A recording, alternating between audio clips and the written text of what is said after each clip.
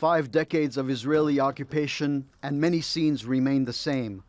Young Palestinians throw stones at Israeli soldiers, who respond with tear gas.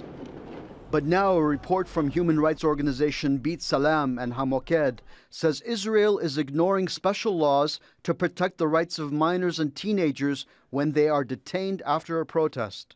This is an age in which people are more vulnerable, can actually be scarred for life, traumatized for life through such experiences.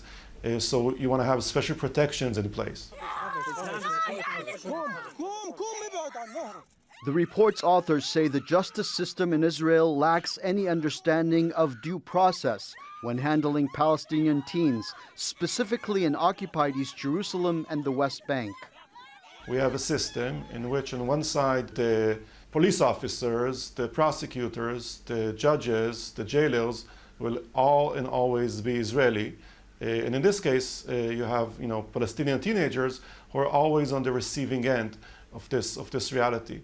60 teenagers suspected of stone throwing were interviewed for the report. Some were arrested in the middle of the night, which is forbidden under Israeli law. 70% of the boys arrested did not know they had the right to remain silent. A third of the boys did not speak to a lawyer. They said they feared being harmed and were pressured to sign involuntary and sometimes false confessions. In 95% of the cases, the boys were questioned without a parent or relative being present. Most were threatened and interrogated and could be held in harsh conditions in a cell for days or weeks.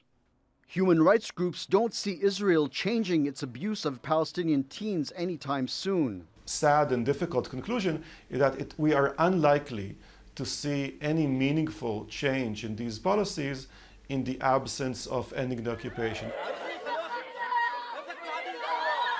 Israeli police say the report is inaccurate and misleading.